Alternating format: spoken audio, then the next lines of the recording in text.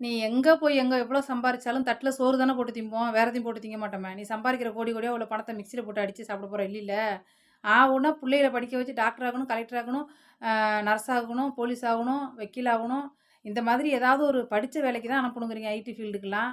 ஏன் விவசாயி ஆகக்கூடாதா? வீடு வாசல் இல்லாதவங்கள விட்டுருங்க. விவசாய நிலத்த அத ஃப்ளாட்டு போட்டு விக்கிறீங்க.